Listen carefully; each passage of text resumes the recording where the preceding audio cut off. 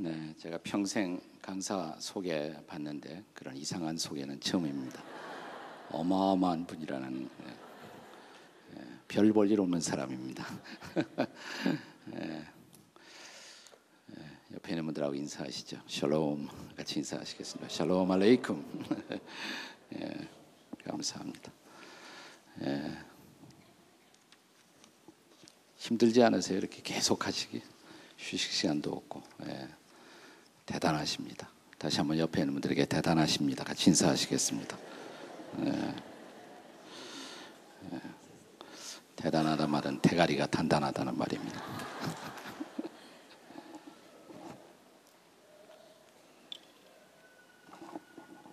저는 드라마를 좋아합니다. 사실은 제 아내가 좋아하는데 아내에게 전염이 되어서 저도 이따금씩 좋은 드라마를 보면 굉장히 스트레스도 풀리고 또 인생에 대한 레슨도 귀하게 받는 경우들도 있습니다. 포스트 모던 문화의 가장 커다란 특성이 드라마가 아닌가라는 생각이 들어요. 또 이 드라마 시대에 맞추어서 한국 문화가 드라마를 수출하고 또 많은 사람들에게 한국 문화를 나눌 수 있는 그런 시대가 되었다는 것도 아주 인상이 깊습니다. 드라마는 사람들을 열광시키는 힘이 있죠. 왜 그럴까 생각을 해보았어요. 드라마가 인생을 닮았기 때문에 그렇습니다. 최근에 드라마 중에 제빵왕 김탁구 재밌더라고요. 아주 굉장히 재밌게 봤어요. 그 마지막 회는 그 전 인구의 50% 이상이 시청을 했다. 신문에서 그런 기사를 보았습니다. 그러나 그것이 지나쳐서 드라마 중독이 되면 곤란하죠, 사실은. 제가 설교하면서 한번 그런 얘기를 했어요. 그리고 예배 끝나고 나가는데 한 50대 부부가 나오다가 갑자기 그 부인 권사님이 이렇게 앞을 향해서 나가는데 뒤에 있는 남편이 부인이 이렇게 어깨를 잡으면서 제가 있는 쪽을 향해서 얼굴을 돌리더라고요. 그래서 목사님, 이 여자가 바로 드라마 중독자입니다. 이 여자가 드라마 중독자입니다. 그러니까 권사님이 탁 쳐다보면서 하는 소리가 제가 무슨 중독이에요. 그냥 월화 드라마 보고 수목 드라마 보고 주말 드라마만 보는데요. 그러더라고요. 네. 그거야말로 중독이죠. 사실은 중독이죠. 네. 제가 드라마 이야기로 오늘 제 이야기의 시작을 여는 것은 우리가 드라마를 즐겁게 이렇게 시청하고 있지만 저는 인류 역사사상 가장 위대한 드라마, 가장 숨가쁜 드라마는 바로 이스라엘 역사의 현장을 통해서 펼쳐지고 있는 구속사적인 종말의 드라마라고 생각합니다. 네, 아마 이번 며칠 동안 여러분은 계속해서 이스라엘 얘기를 들었을 것입니다. 제가 어제 저녁까지 다른 집회하고 중복이 되어서 이 자리에 일찍 오지 못했습니다만은 아마 오늘 제가 지금 하는 얘기가 상당히 먼저 하신 분들하고 중복될 경향이 있습니다. 그렇지만 오늘 저녁이면 마지막인데 총 정리를 한다 이렇게 생각하고 들으시면 되겠습니다. 대개 이런 이스라엘 세미나에 가면 같은 중복되는 이야기들이 많이 있더라고요. 지금부터 약 100년 전에 프로시아의 황제였던 프레드릭 대왕이라는 사람이 있었어요.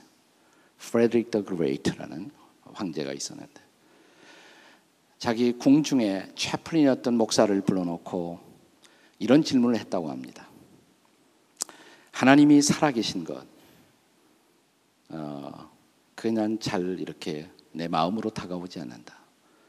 또 당신은 늘 성경을 가지고 설교하는데 그리고 성경이 하나님의 영감으로 기록된 책이라고 말하는데 과연 그 증거가 무엇인지를 단순하게 직설적으로 나에게 설명할 수가 있어? 이런 그 질문을 채플린에게 궁중 목사에게 했다고 그럽니다. 그때 이 궁중 채플린이 한 대답 중에 하나가 뭐냐면 제가 그러면 아주 단순하게 직설적으로 그 증거를 드리죠.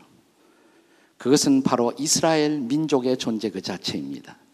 이스라엘 민족 그 자체를 보면 하나님의 살아계심을 그리고 성경이 하나님의 감동으로 기록된 책이라는 것을 알게 될 것입니다. 이런 대답을 했다고 합니다.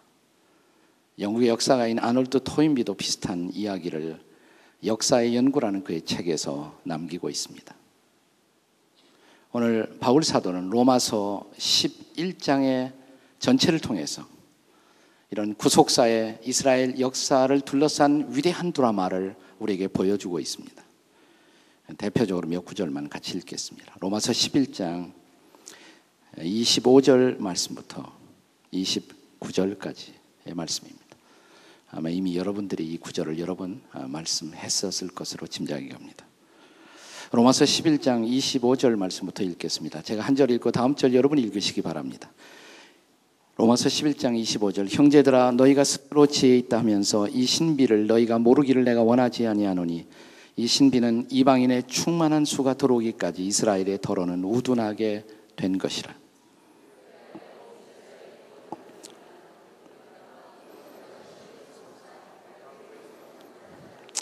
27절 내가 그들의 죄를 없이 할 때 그들에게 이루어질 내 언약이 이것이라 함과 같으니라.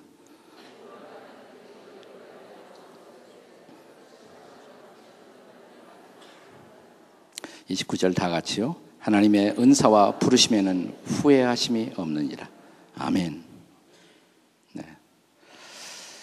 근데 사실 여기서 끝나지 않아요. 네. 제가 11장에서 중요한 대목을 읽었습니다만은 우리가 이렇게 이스라엘을 둘러싼 하나님의 경륜, 하나님의 섭리를 펼쳐가던 바울 사도는 흥미로운 것이 로마서 11장의 마지막 대목에서 이스라엘은 역사를 중심으로 해서 하나님의 전체의 주권, 역사를 향한 주권을 설명하고 있는 모습을 볼 수가 있습니다.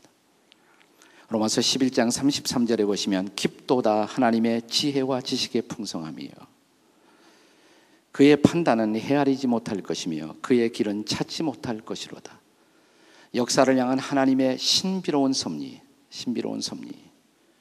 그 섭리를 이스라엘의 역사를 샘플로 해서 설명하고 있다는 사실입니다.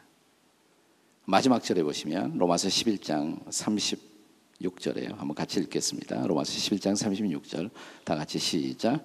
이는 만물이 주에게서 나오고 주로 말미암고 주에게로 돌아갑니다. 그에게 영광이 세세 있을지어다. 아멘. 이스라엘을 향한 하나님의 경륜을 쭉 설명하고 펼쳐가다가 마지막에 기독교 역사관의 결론을 바울은 이렇게 내립니다. 만물은 주님에게서부터 나온 것이다. 모든 만물, 모든 존재는 주님으로부터 나왔고 또 주로 말미암고 주님으로 말미암아 진행되다가 주님에게로 돌아간다. 역사죠. 그것이 바로 역사죠. 우리가 히스토리를 His story, 그분의 이야기, 하나님의 이야기라고 하지 않습니까? 성경은 하나님의 구원의 역사죠. Salvation history라고 그러는데, 네. 구속사, 하나님의 구속사.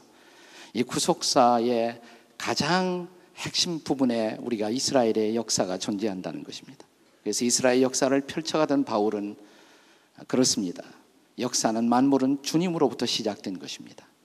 주님으로 말미암아 진행되다가 주님께로 돌아가는 것, 그것이 바로 역사입니다 라고 바울이 증거하고 있다는 사실이죠.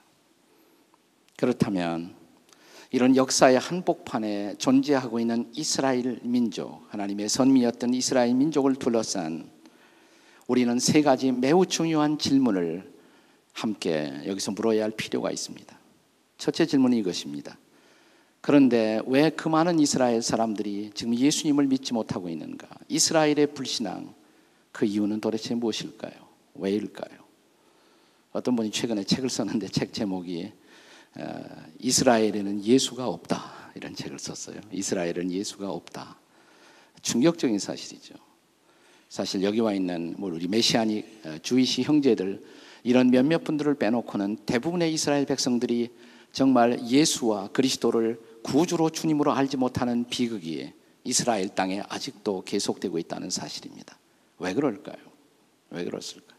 우리 한국보다도 예수님이 더 대접받지 못하고 있는 땅, 그게 사실 이스라엘이잖아요. 그게 실제로는 이스라엘의 불신앙, 왜 그럴까요? 도대체 왜일까요?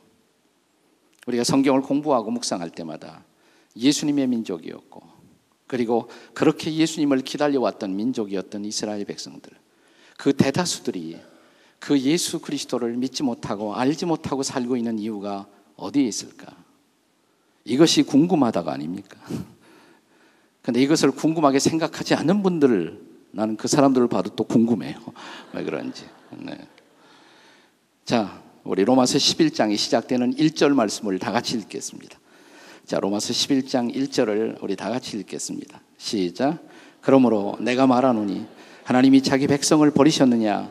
그럴 수 없느니라. 나도 이스라엘이요 아브라함의 씨에서 난 자요 베냐민 지파라. 그렇다면 하나님이 이스라엘 백성을 버리셨을까요? 바울은 아닙니다 라고 말합니다. 아닙니다. 결코 그럴 수가 없습니다. 이렇게 바울은 대답합니다. 자, 그렇다면 버리지 않으셨다면 왜 대다수의 이스라엘 백성들이 아직도 예수 그리스도를 만나지 못하고 있을까요? 바울 사도는 바로 본문의 텍스트의 25절에서 그렇게 된 것이 비밀이라고, 신비라고, 비밀이라고 말합니다. 도대체 무엇이 비밀이고 무엇이 신비일까요? 자, 그것이 바로 25절이죠. 자, 25절 우리 다시 한번 읽어요. 25절 말씀. 로마서 11장 25절 다 같이 읽겠습니다. 시작. 형제들아, 너희가 스스로 지혜 있다면서 이 신비를 너희가 모르기를 내가 원하지 아니하노니 이 신비는 이방인의 충만한 수가 들어오기까지 이스라엘의 덜어는 우둔하게 된 것이라. 바울의 대답이죠. 네. 무슨 뜻입니까? 무슨 말입니까? 이스라엘 백성이 예수님을 불신하고 복음을 거절한 것이 오히려 복음이 이방인들에게 전파되는 기회가 되었다는 말입니다. 저는 예수님이 이 땅에 계실 때 그 제자들을 전도하러 내보내시면서 마음속에 가지셨던 예수님이 제자들에게 가르쳤던 전도의 전략이 있었다면, 전도의 정책이 있었다면 그것이 열린 문 정책이었다, 이런 생각을 해요. Open Door Mission Policy. 네, 열린 문 선교 정책을 예수님이 가지고 있었고 예수님이 그렇게 제자들에게 가르쳤다는 생각이 듭니다. 마태복음 10장 우리가 14절에 보시면 너희가 예수님이 제자들을 내보내시면서 만약 사람들이 너희를 영접하지 않거든, 너희를 받아들이지 않거든 무리하게 거기서 전도하려고 애쓰지 말라고. 네. 그리고 집에 발에 먼지를 떨고 다른 마을로 가라고, 다른 곳으로 가라고. 네. 이제 그러다 보니까 자연스럽게 복음이 이스라엘을 떠나서 복음을 받아들이는 쪽으로, 복음을 수용하는 마을로, 복음을 수용하는 나라로, 복음을 수용하는 민족으로 복음이 전파되게 된 것이죠. 그것이 바로 이방인의 선교가 이루어진 중요한 어떤 현장, 모습이었다라고 할 수가 있습니다. 더 쉽게 설명을 하면 하나님이 복음이라는 공을, 가스플이라는 인류 구원의 아름다운 공을 이스라엘 땅을 향해서, 팔레스타인 땅을 향해서 공을 던졌어요. 공을 우리 유대인들이 받지 못했단 말이죠. 공을 차버렸어요. 복음이라는 공은 그동안에 전 세계를 돌면서 수많은 이방인들의 복음화를, 세계 복음화를 가져오게 되었다는 것입니다. 이것이 바로 비밀이라고 말합니다, 바울은. 이것이 신비한 하나님의 경륜이라고 말합니다. 자, 다시 한번 로마서 11장 12절을 한번 보세요. 11장 12절입니다. 우리 11장 12절 말씀이에요.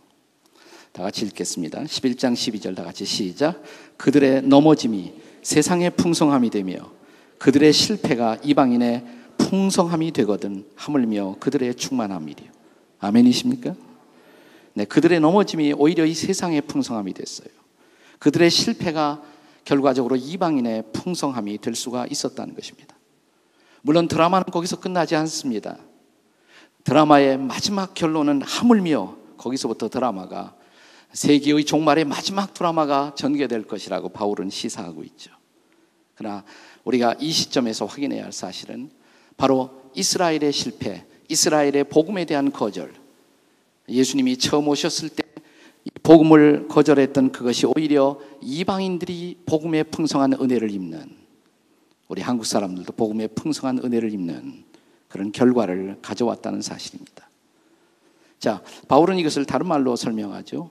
돌감람나무와 같은 이방인들을 돌감람나무로 설명하지 않습니까? 그 이방인들이 예수 그리스도를 영접하고 하나님의 백성이 되고 또 하나님께 접붙임이 됨으로써 본래 참감람나무인 이스라엘 백성들과 더불어 같은 뿌리의 진액을 받는 같은 뿌리의 생명의 진액을 받는 동일한 하나님의 백성이 될 수가 있었다는 것이죠.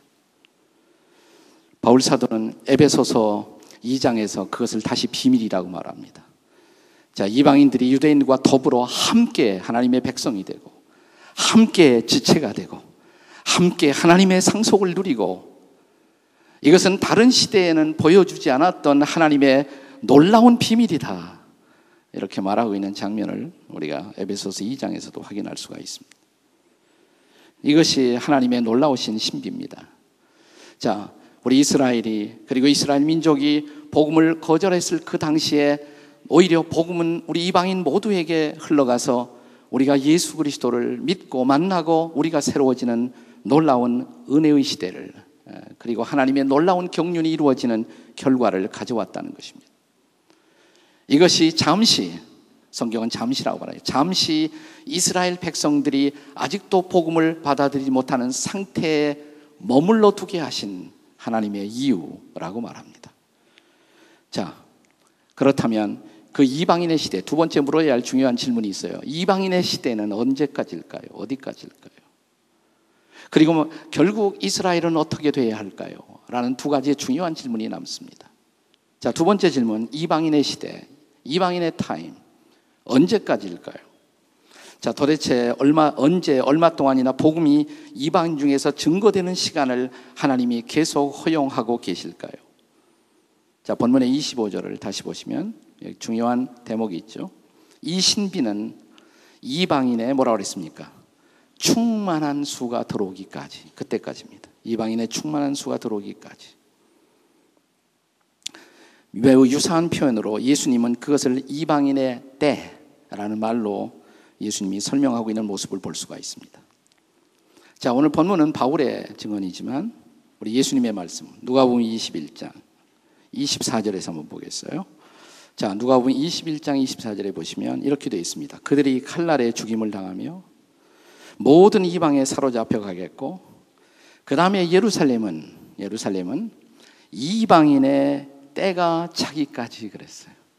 예루살렘은 이방인의 때, 여기서 사용된 표현은 이방인의 때라는 표현이죠. 이방인의 때가 차기까지 이방인들에게 밟혀 있으리라 그랬습니다. 이 말씀 배경을 살펴보면 예수님은 이 땅에 계셨을 때 그 당시 예루살렘 성의 멸망을 예언하셨던 것을 우리가 볼 수가 있습니다. 적어도 이와 같은 예수님의 예루살렘 성 멸망의 예언은 AD 70년, 주 70년 티토 혹은 타이터스 티도, 로마의 티도 장군 혹은 티도 황제죠. 나중에 황제가 되죠. 티도 황제가 문자 그대로 예루살렘에 로마의 군대를 이끌고 진격해 와서 예루살렘 성을 파괴하는 사건을 통해서 1차적으로 그 예언은 실현되었다고 볼 수가 있습니다. 그리고 그때부터 우리는 이방인의 때가 시작되었다라고 볼 수가 있습니다. 네. 자, 그러나 그때는 동시에 이방인의 때가 시작되면서 복음이 사도행전 1장에 주께서 말씀하신 그대로 유대로, 사마리아로 복음이, 그 다음에 엔티옥으로, 로마로, 영국으로, 미국으로, 캐나다로, 그 다음에 어디예요? 한국으로. 짐작이 잘 안 되십니까? 그 다음에 어디로 왔는지. 한국으로. 네, 한국으로 복음이 드디어 찾아와서 열방 가운데 이방인의 시대를 여는 놀라운 하나님의 은혜가 펼쳐져 가는 모습을 보여주고 있습니다. 자, 이 시대에 주께서는 복음의 증거자들을 전 세계 열방 가운데서 일으키셔서 이방인의 충만한 수가 들어오기까지, 하나님의 나라에 들어오기까지 복음의 역사를 진행하고 계셨습니다. 그렇다면 문제는 앞으로 얼마 동안 이방인의 시대가 계속 열려 있을까요? 자, 누가복음에 주님의 말씀에 의하면 예루살렘이 이방인에 의해 밟혀 있는 동안, 예루살렘이 이방인에 의해서 밟혀 있는 동안은 이방인의 시대라고 할 수가 있을 것입니다.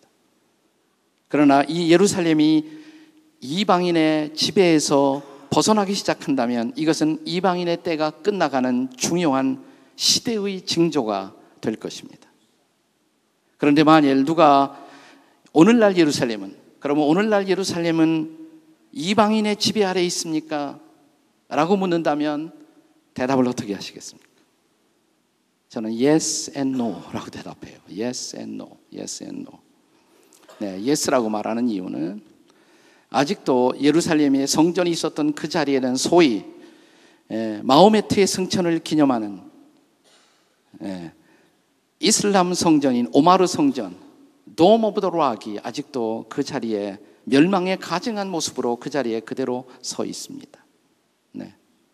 그리고 이슬람 사람들이 적어도 그 성전을 아직도 관리하고 있습니다. 그러나 또 달리 생각하면 더 이상 예루살렘은 이방인의 자리에 있지 않다, 노라고도 말할 수가 있어요. 네.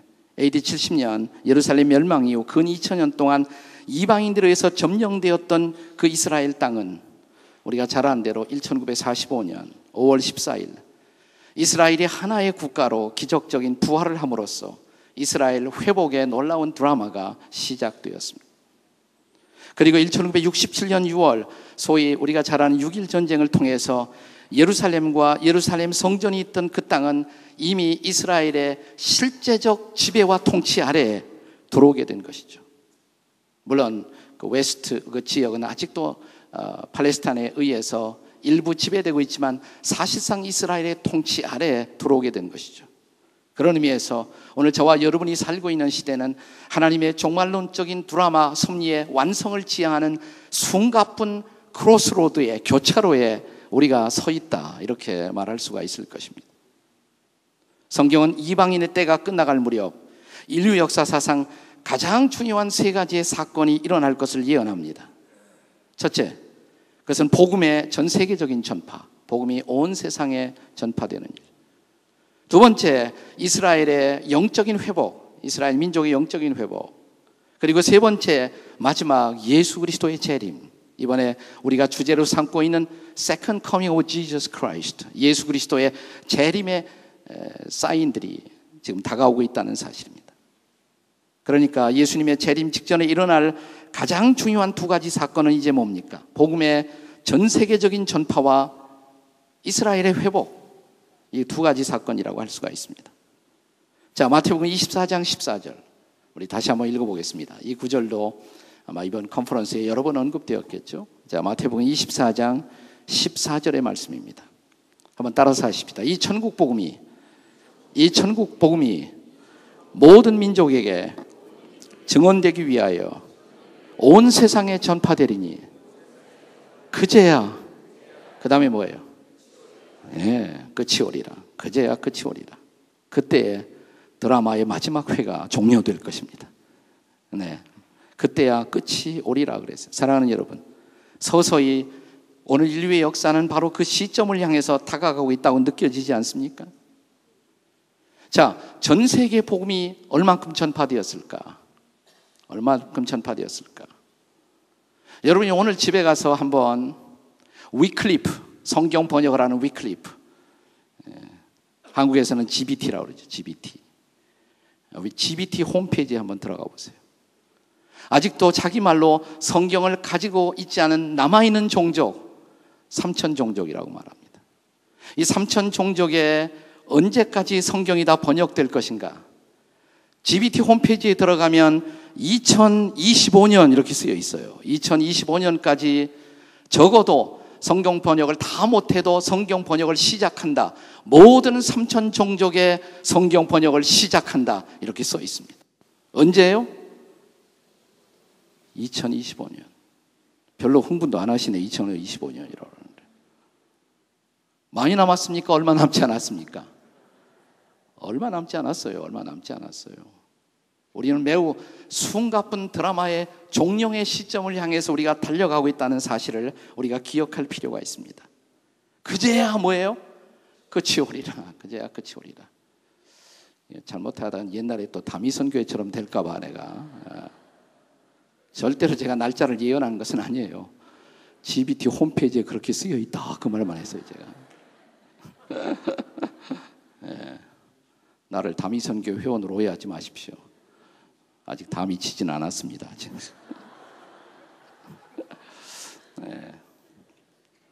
자, 그러면 마지막 중요한 질문, 이스라엘의 회복 어떻게 이루어질까요? 이스라엘의 회복 어떻게 이루어지겠습니까?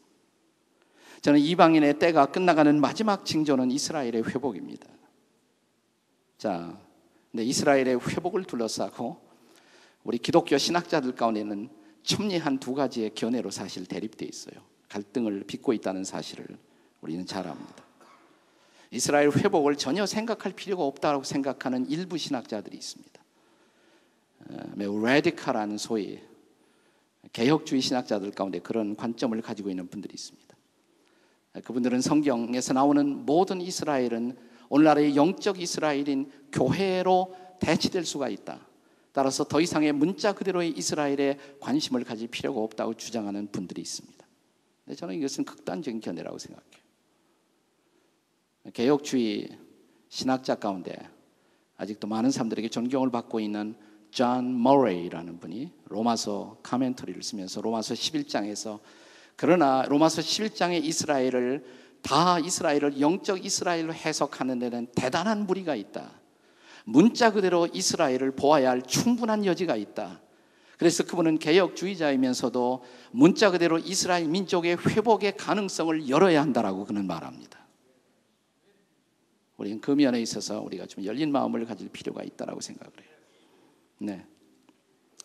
자, 적어도 이스라엘의 회복은 다음과 같은 그러면 세 가지 단계를 통해서 이루어질 것입니다. 첫째, 백성들이 고토 시온에 돌아와 삶의 터전으로서의 땅을 회복하는 일.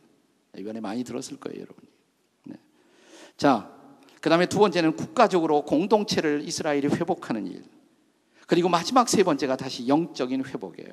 영적인 회복인 것입니다. 저는 이미 앞에 두 단계는 이루어졌거나 거의 이루어지고 있다라고 생각을 합니다. 고토에 들어와 땅을 이미 회복하고 있잖아요. 1800년부터 일어난 이스라엘 백성들의 시온주의 운동을 통해서 서서히 점차적으로 그 땅은 이스라엘의 땅으로 회복되기 시작했습니다. 고토 이스라엘은 AD 70년 이후 노예가 되어 로마와 전 세계로 흩어져 갔던 이스라엘 땅에 70년대 이후에는 불과 2만 명밖에 살지 않았어요. 2만 명 미만으로. 그러나 시온주의 운동이 일어나면서 1880년대부터 1903년까지 1만 명이 돌아오고 1914년까지 약 8만 5천 명이 돌아오고 세계 제1차 대전 기간 주춤했던 현상은 1917년에 영국의 벨포어 선언 이후에 물밀듯 이스라엘 백성들이 다시 그 땅으로 돌아오기 시작하죠. 문자 그대로 동서남북에서 돌아오기 시작했습니다.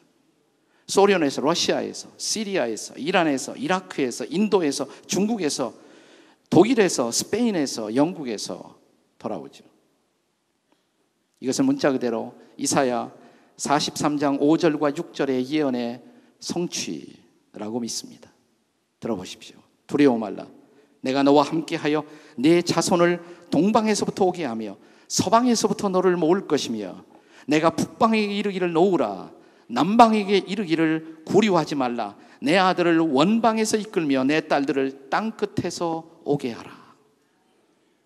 이것은 에스겔 37장 21절, 에스겔 37장 21절 예언의 성취이기도 합니다. 내가 이스라엘 자손을 그 간바 열국에서 취하여 그 사면에서 모아서 그 고토로 돌아오게 하고, 바로 예언의 성취라고 우리는 믿습니다. 그리고 마침내 1900년간 나라 없이 떠들던 선민들이 1948년에 하나의 공동체로 국가로 극적인 부활을 하게 되죠. 문자 그대로 이것은 여호와 하나님의 기적이라고 저는 믿습니다. 에스겔 선자가 본 해골 골짜기 해골들이 거대한 군대가 되어 일어서는 그 환상, 그 부활의 기적. 로마서 11장 15절, 오늘 본문에서 이스라엘의 불신앙을 사용해서 이방인을 구원하시는 하나님이 다시 마지막 이스라엘의 부활을 통해서 우리를 놀라게 하실 것을 약속하시죠. 들어보세요. 로마서 11장 15절, 그들을 버리는 것이 세상의 화목이 되거든 그 받아들이는 것이 죽은 자 가운데서 다시 살아나는 것이 아니겠느냐. 놀라운 말씀이죠. 한번 다시 읽어보세요. 로마서 11장 다시 15절의 말씀입니다. 로마서 11장 15절을 다시 한번 읽어보세요. 다 같이 시작. 그들을 버리는 것이 세상의 화목이 되거든 그 받아들이는 것이 죽은 자 가운데서 살아나는 것이 아니면 무엇이리요. 아멘. 네, 영적 부활에 관한 얼마나 확실한 변증입니까? 이제 마지막 남은 하나의 사건은, 마지막 남은 유일한 사건은 이스라엘의 영적 회복이죠. 바울 사도는 오늘의 본문에서 그것을 다시 예언하고 또 약속하고 있습니다. 26절의 말씀입니다. 26절 한번 따라서 하십니다. 그리하여 온 이스라엘이 구원을 얻으리라. 아멘. 지금은 지극히 적은 소수에 불과하지만 우리 메시아닉 주이시 형제들이 아직도 이스라엘 땅에서 핍박을 받고 박해를 받고 있지만, 나 성경은 이렇게 말합니다. 온 이스라엘이 구원을 얻으리라. 네. 존 머레이의 그 카멘터리에 보니까 이렇게 재미나는 말을 했어요. 이 대목을 주의하면서 그는 이렇게 말했습니다. 이스라엘 백성들이 온 이스라엘이 거절되었다고 하지만 이 온이라는 단어, 이것은 100% 모든 사람을 의미하는 것은 아니죠. 그때에도 여전히 믿는 이스라엘 사람들은 아주 소수지만 존재하고 있었습니다. 그렇다면 온 이스라엘 말이 비록 문자대로 100% 유대인들이 다 그냥 자동적으로 구원받는다는 그런 말씀은 아닐지 모르지만, 그러나 이스라엘 백성들 가운데 매우 중요한 영적 부흥을 통해서 수많은 이스라엘 백성들이 실제적으로 주님 앞에 돌아오게 될 것이다 그랬어요. 이것은 개혁주의 진영에서 성경을 보는 사람의 관점에 의해서도 확인될 수 있는 중요한 예언이라고 저는 생각을 합니다. 네. 메시아를 거절했던 불경건에서 돌이킬 것이며 그들의 죄가 이제는 사함을 얻으리라고 말씀하고 있습니다. 26절, 27절이죠. 이러한 영적인 회복이 없이 이스라엘의 온전한 회복은 가능하지 않다라고 말씀합니다. 에스겔 36장 24절과 26절까지의 말씀은, 에스겔 36장 24절부터 26절의 말씀은 바로 이런 영적인 회복의 예언을 우리에게 확인시켜 주고 있습니다. 내가 너희를 여러 나라 가운데서 인도하여 내고 여러 민족 가운데서 모아 데리고 고국 땅에 들어가서 맑은 물로 너희에게 뿌려서 너희를 정결케 하되 너희의 모든 더러운 것에서와 모든 우상 숭배에서 너희를 정결케 할 것이며 또 새 영을 너희 속에 두고 새 마음을 너희에게 주사 너희 육신에서 굳은 마음을 제거하고 부드러운 마음을 줄 것이라.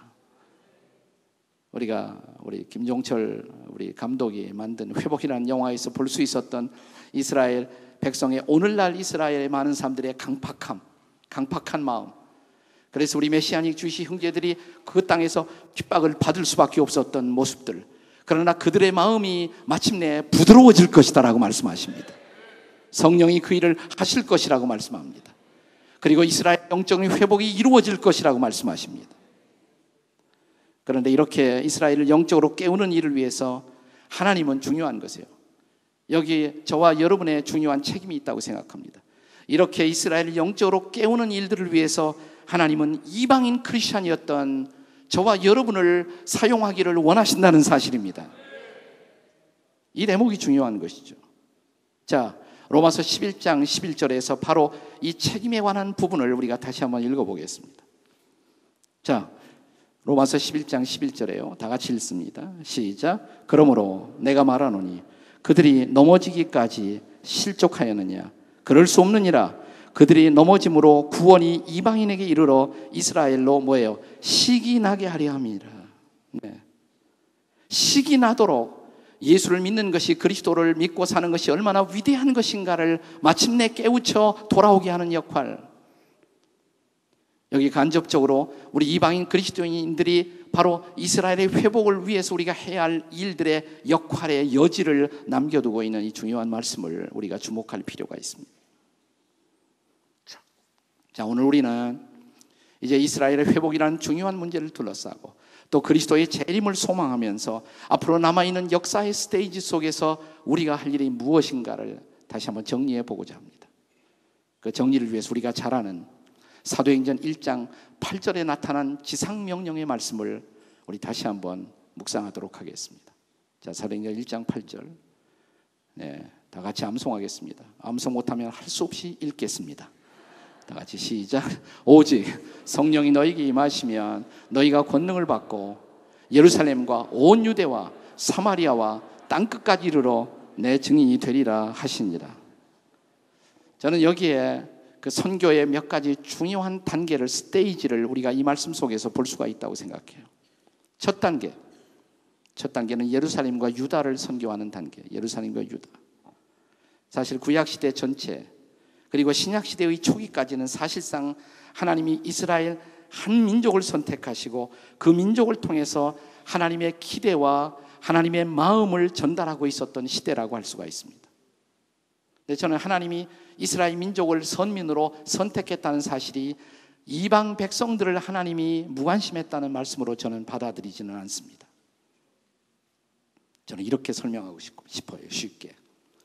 이따 혹시 우리 교인들 가운데 이런 질문을 하는 사람이 있어요. 제가 성경 공부를 할 때도 많이 받았던 질문 중에 이 구약 이스라엘 책인데 대한민국 단군의 조선이 왜 열심히 이스라엘 책을 공부해야 하느냐고. 여러분 성경 공부하다 보면 그런 질문 받죠. 네, 적지 않게 받습니다. 제가 그때마다 이런 설명을 했습니다. 여기 선생님이 30명 학생들 반을 지금 가르치고 있는데 우리 반 학생이 30명이에요. 그런데 이 30명 학생들을 전체적으로 잘 가르쳐서 우수한 학생을 만들려고 시도했지만 잘 되지 않아요, 뜻대로. 그러자 어느 날 선생님이 티칭의 전략을 바꿉니다. 이 30명 중에서 한 학생을 무대 위로 뽑아냈습니다. 한 학생을 불러냈어요. 뽑힌바된 학생 무대 위에 올라와서 선생님이 칠판에다가 흑판에다가 수학 공식을 써놓고 풀어보라고.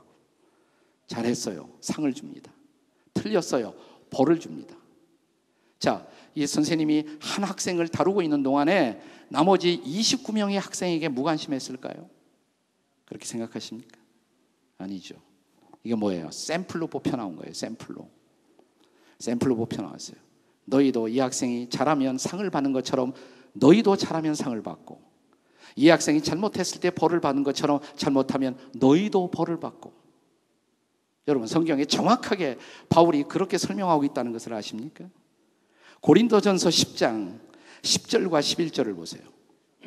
고린도전서 10장 10절과 11절입니다.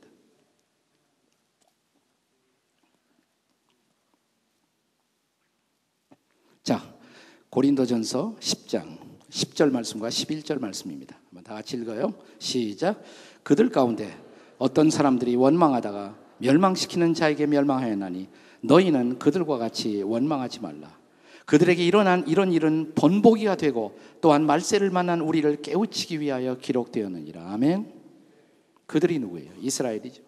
이스라엘 백성 가운데 일어났던 일들, 그들이 하나님을 원망하다가 멸망당했던 일들, 그것은 이스라엘 백성의 일만이 아니다 이 말이에요. 그들 가운데 어떤 사람들, 즉 이스라엘 백성들이 원망하다가 멸망시키는 자에게 멸망하였나니 너희는 누구예요? 이방인이죠. 이방인 그들과 같이 원망하지 말라. 너희들은 이스라엘 백성들과 같이 원망하지 말라. 그들에게 일어난 이런 일은, 이스라엘에게 일어난 이런 일들은 누구의 번복이어야 된다? 우리의 번복이라는 것입니다. 샘플이죠. 이스라엘 백성은 역사의 무대 위에 뽑혀나온 하나의 중요한 샘플이라는 것이에요. 그래서 이 시기에 하나님의 구속사의 중심은 이스라엘 민족이었고 예루살렘이었습니다. 유다는 예루살렘을 에워싼 남쪽 시온의 언덕부터 시작해서 다윗 유다 왕국의 중요한 못자리의 역할을 하죠. 다윗의 왕국을 중심으로 메시아를 기다리게 하시다가 메시아 대신 예수님이 오신 후에 하나님은 주의 백성들에게 이 복음을 전 세계에 전달하는 미션을 위해서 성령을 부어주시고 성령 받은 그리스도인들을 통해서 예수가 주님을 고백하고 선포하게 하는 공동체를 형성하게 하십니다. 그리고 사도행전 7장까지 초기 교회 공동체를 잘하도록 하나님이 섭리하시는 모습을 볼 수가 있습니다. 저는 이것을 선교의 첫 번째 단계라고 말하고 싶어요. 신약 시대의 선교의 첫 번째 단계. 두 번째 단계는 사마리아와 이방인을 선교하는 단계입니다. 사마리아와 이방인을 선교하는 단계. 사마리아 땅은 팔레스타인 내에 지금 위치하고 있죠. 엄격하게 말하면 사마리아인은 이스라엘 백성들의 크게 말하면 한 부분이라고 말할 수가 있지만 실제로 사마리아 사람들은 이스라엘 사람들에 의해서 이방인 취급을 받지 않았습니까? 왜냐하면 예루살렘 북쪽 지역에 존재하던 이 땅의 사람들은 이스라엘 외부의 적들이 침입할 때마다 혼혈이 되죠. 사마리아 사람들이. 그래서 순수한 이스라엘 백성들로 간주되지 못해왔습니다. 아시리아에서 멸망을 당할 때 그런 경험을 하죠. 그래서 혈통에 집착하던 유대인들에 의해서 이방인 취급을 받게 된 것을 볼 수가 있습니다. 그래서 예수님의 복음이 이방에 전해지기 위해서는 가장 가까운 이방이라고 할 수 있는 사마리아에서부터, 그리고 갈릴리에서부터 복음이 전파될 필요가 있었죠. 심지어는 갈릴리도 이방의 갈릴리, 그렇게 말하죠. 성경에 이방의 갈릴리. 네. 요한복음 4장에 보시면 예수님이 사역을 시작하시면서 그 사마리아에서 사마리아 성에 여인을 만나던 그 장면, 만나러 가기 위한 그 전제로서 성경을 기록하면서 4장 4절에 요한은 이런 기록을 하지 않습니까? 사마리아를 통과하여야 하겠는지라. 저는 이 말씀을 단순히 지리적인 통과의 이유로 이해하지 않습니다. 거기 예수님의 의지가 있다고 생각해요. 사마리아 복음화를 위해서는 유대인들이 가지 않던 그 길을 가야 한다고, 그리고 그 여인을 만나야 한다고 사마리아를 통과하여야 하겠는지라, 이렇게 말하고 있는 장면을 볼 수가 있습니다. 그러나 사도행전 1장 8절에서 사마리아에서도 증인되어야 한다는 명령을 받고도 예루살렘의 교인들은 아직 흩어지지 않았습니다. 아직 사마리아로 가지 못했습니다. 가라오는데도 가지 않으니까 하나님이 할 수 없이 예루살렘에 박해를 일으키죠. 박해를 일으켜요. 그러니까 박해가 일어나자 흩어집니다. 사도행전 8장 1절에 보시면 이렇게 시작되죠. 사울이 그의 죽임당함을 마땅히 여기더라. 스데반의 죽음을 보고 마땅하다. 그날에, 성경 보세요, 그날에 예루살렘에 있는 교회에 큰 박해가 있어 사도 외에는 다 유대와 사마리아 모든 땅으로 흩어지니라. 그러니까 할 수 없이 사마리아에 갔어요. 그런데 사마리아에 간 사람들이 사도행전 8장 4절 5절에 보시면 흩어진 사람들이 두루 다니며 복음의 말씀을 전할세. 빌립이 사마리아 성에 내려가 그리스도를 전하더라. 그래서 빌립을 통해서 사마리아에 부흥이 일어납니다. 하도 가라오는데 안 가니까 하나님이 박해를 통해서 흩어놓은 것이에요. 우리가 선교의 명령에 순종하지 않으면 저는 항상 이런 일이 일어날 수 있다고 생각합니다. 하나님이 가라고 그러면 그냥 알아서 가야지, 안 간다 그러면 그렇게 올 수가 있어요. 그러니까 선교의 명령을 간단히 요약하면 이것입니다. 맞고 할래? 알아서 갈래? 맞고 갈래? 알아서 갈래? 한번 물어보시겠어요? 맞고 가실래요? 알아서 가시겠어요? 한번 보세요. 물어보니까 옆에. 그래서 사마리아가 복음화되죠. 두 번째 단계. 세 번째 단계. 저는 세 번째 복음화의 인류 역사의 복음화의 세 번째 단계를 안티옥에서 로마까지 이렇게 정리하고 싶어요. 안티옥에서 로마까지. 사도행전 8장에서 12장까지는 복음이 사마리아를 넘어서 이제 안티옥으로 갑니다. 지금은 터키지만 당시에 소아시아, 이 안티옥 교회가 이제 세계 선교의 주역을 담당하는 교회로 부상하죠. 안티옥 교회는 바울과 바나바를 파송하지 않습니까? 네 차례에 걸친 세계 선교 여행을 통해서 복음은 마침내 터키로, 그리스로, 마침내 로마까지 가고 있는 장면을 우리가 볼 수가 있습니다. 마지막 재판을 받기 위해서 바울이 가이사랴 항구에서 로마의 시민권자로서 재판을 받기 위해서 가이사 앞에 서기 위해서 로마로 가죠. 사실 로마로 가고 싶다는 것은 바울의 오랫동안의 기도 제목이 아니었습니까? 로마서 1장에 보시면 내가 로마로 나아갈 좋은 길을 얻기를 기도하고 있다. 근데 로마로 갈 길이 생기지 않아요. 그러다 갑자기 바울이 예루살렘에 왔다가 체포되죠. 그리고 재판받기 위해서 가죠. 기도 응답이에요, 아니에요? 기도 응답입니다. 물론 바울은 선교사 파송, 환영을 받고 가기를 고대했을지 모르지만 하나님의 방법은 달랐습니다. 그래서 죄수로 재판받도록 로마로 보내시죠. 왜 그렇게 했을까? 여러 가지 이유가 있었을 거예요. 아마 죄수로 가니까 그렇게 돈 달라고 다 그럴 수가 있겠습니까? 로마까지 가는 차비도 절약해서 로마로 갈 수가 있었을지 모르고. 또 바울을 죽이기 전까지는 묻지도 않겠다, 이렇게 결심한 유대주의자들, 율법주의자들이 많았어요. 바울이 혼자 가면 어떻게 목숨이 날아갈지 몰라요. 죄수로 가니까 가드들의 호송을 받으면서 목숨을 보장받으면서 로마로 갑니다. 할렐루야. 하나님의 섭리는 훨씬 위대하죠. 훨씬 놀라운 섭리예요. 로마에 가서도 바울이 누구 붙들고 전도하냐, 이것도 쉬운 일 아니에요. 근데 바울은 죄수라도 보통 죄수가 아닙니다. 소문난 죄수입니다. VIP 죄수입니다. 바울이 처음에 로마 갔을 때 완전한 감옥이 아니라 새집 같은데 이렇게 그 연금되어 있는 상태였어요. 상당한 자유가 있었습니다. 그런데 유명한 죄수가 도착했다는 말 듣고 로마의 귀족들이 제발로 와서 바울을 만나봅니다. 앉아서 로마 복음화의 주역이 될 수 있는 중요한 사람들을 앉아서 다 전도해요. 할렐루야. 하나님의 뜻은 훨씬 놀랍죠. 훨씬 위대하시죠. 그래서 복음이 드디어 로마까지 가지 않습니까? 사도행전의 마지막 바울이 로마에 도달했다. 그리고 사도행전 28장이 끝나죠. 이제 선교는 마지막 시대로 갑니다. 로마 이후의 선교 시대입니다. 로마 이후의 선교 시대. 저는 로마 이후의 선교 시대를 다시 둘로 나눌 수 있다고 생각해요. 그 첫 시대는 로마에 시작해서 복음이 구라파 대륙으로, 유럽 대륙으로 나아가는 시대. 지나간 2000년의 역사가 바로 그런 시대였어요. 2000년의 역사. 네. 그래서 로마를 통해서 복음은 독일로, 프랑스로, 네덜란드로, 북브라파로, 스페인으로 대영 제국에 전파되었고, 종교개혁 이후에 18세기에 들어서면서 독일, 덴마크의 모라비안 철치를 중심으로 해서, 네, 그리고 영국교회 윌리엄 캐리를 통해서 인도 땅으로 복음은 전파되기 시작합니다. 그리고 마침내 영국과 미국을 거쳐서 이 복음은 고요한 아침의 나라, 지금은 매우 시끄러워졌지만 어디까지 복음이 옵니다. 한국 땅에 복음이 드디어 도달했습니다. 할렐루야. 네, 만주를 통해서 존 러스 선교사를 통해서 번역된 성경을 가지고 맥킨타이어 존 러스의 부탁을 받은 성경, 번역된 성경을 들고 서상윤이라는 자생적인 한국 사람이 이 땅에 들어오므로, 그리고 일본을 통해서 거쳐나왔던 장로교와 감리교회, 우리가 잘 아는 20대의 선교사 아펜셀러와 언더우드, 네, 1885년 4월 5일 부활절날, 처음에 부활절 아침이라고 생각했는데 열심히 연구한 분들이 연구해 보니까 아침은 아니고 오후였다 그러더라고요. 네, 한동안 감리교회와 장로교회 싸움을 열심히 했습니다. 아펜셀러, 언더우드 누가 먼저 내렸느냐 배에서.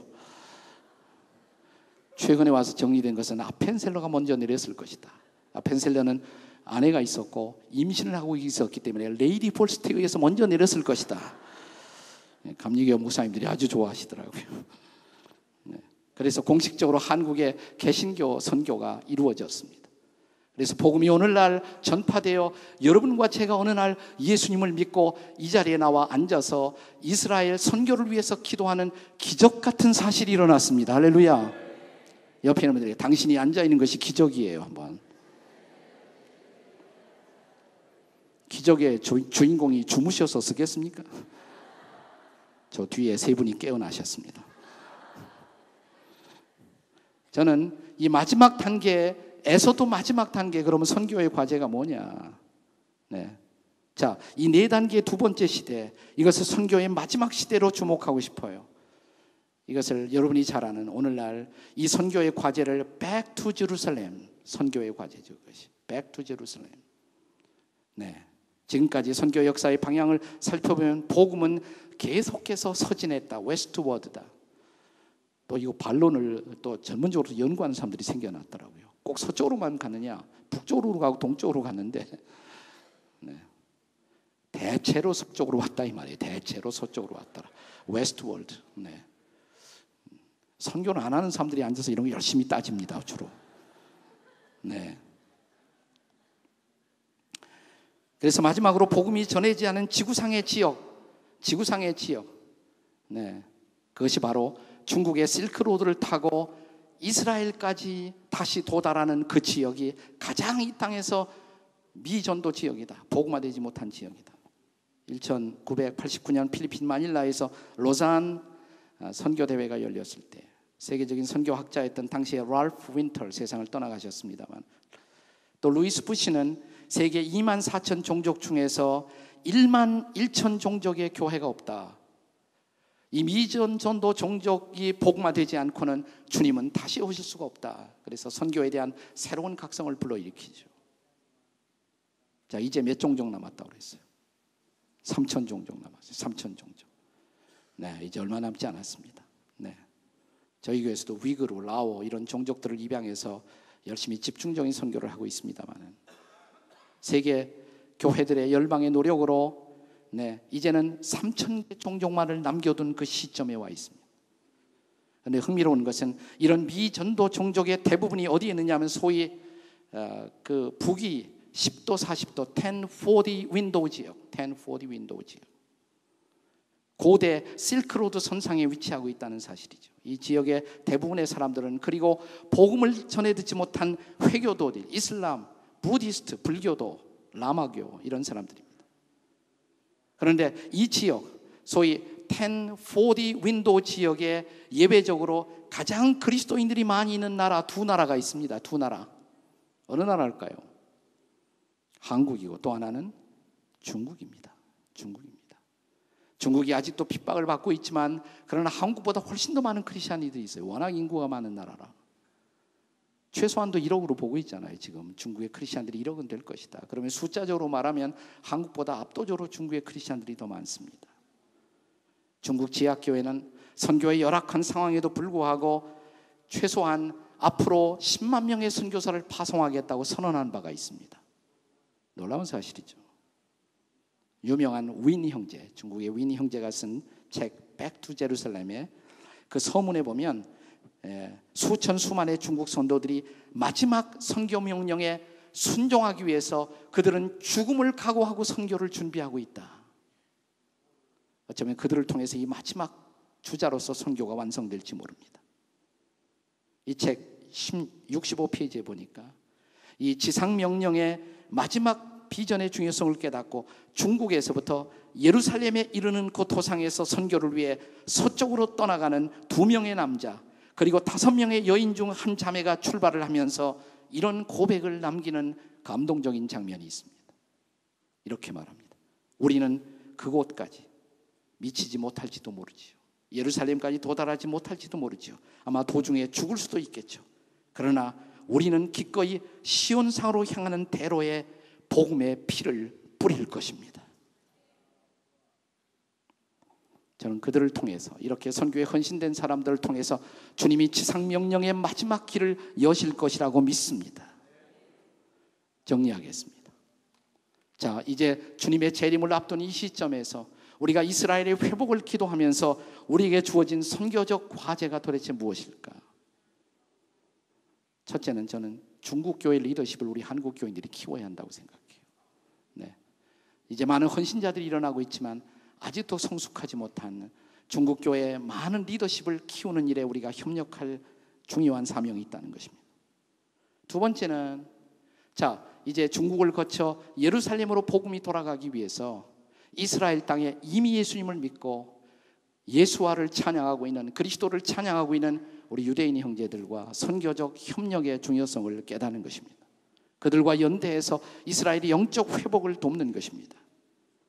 저는 또 하나의 중요한 선교적 과제는 이스라엘과 팔레스타인의 화해를 우리가 위해서 기도하고 도울 필요가 있다고 생각합니다.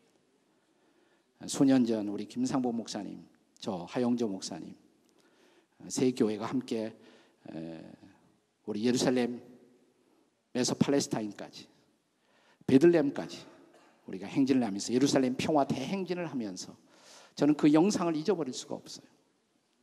사실 그 계획을 알았기 때문에 저도 기쁨으로 그 자리에 동참했었습니다. 예루살렘에서만 우리가 모임을 갖지 말고 팔레스타인인 사람들이 다스리고 있는 베들레헴까지 갔으면 좋겠다. 그래서 실제로 그렇게 우리가 플랜을 당시에 짰죠.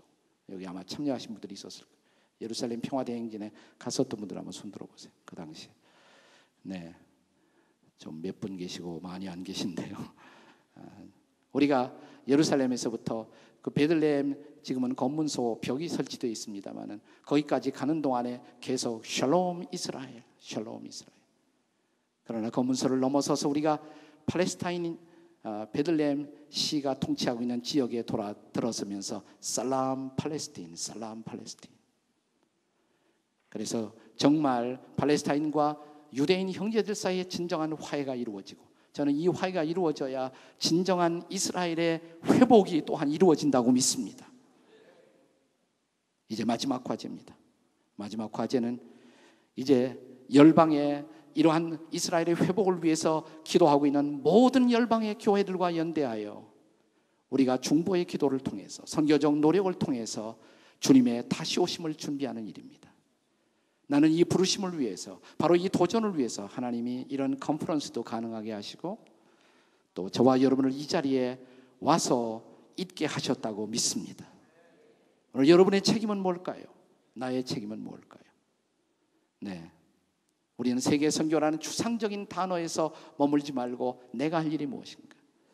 내 한 사람의 중보기도, 내 한 사람의 선교를 위한 구체적인 순종이 이루어질 때 하나님은 마침내 인류 역사의 완성의 마지막 드라마를 우리를 쓰시고 중국을 쓰시고 또 이스라엘의 형제와 자매들을 쓰셔서 그 마지막 드라마의 최종의 역사를 영광스럽게 완성할 것을 믿습니다. 그 역사에 단순한 방관자가 되지 마십시오. 우리가 함께 기도할 때, 우리가 함께 이 사역에 동참할 때 당신은 드라마의 주역이 되실 수가 있습니다. 옆에 있는 분들에게 당신은 드라마의 주역이 되실 수가 있습니다. 할렐루야! 하나님이 여러분과 저를 주역으로 쓰시기 바랍니다. 함께 기도하시겠습니다. 함께 같이 기도하시겠습니다. 함께 같이 기도하실 때 우리 한번 잠기 일어나서 기도하시겠습니다. 자리에서 일어나서 함께 기도하시겠습니다.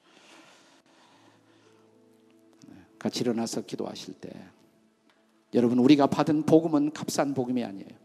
내가 예수를 믿기까지 수많은 신앙의 선배들이 피를 뿌리고 순교하고, 그래서 예루살렘에서 시작됐던 복음이,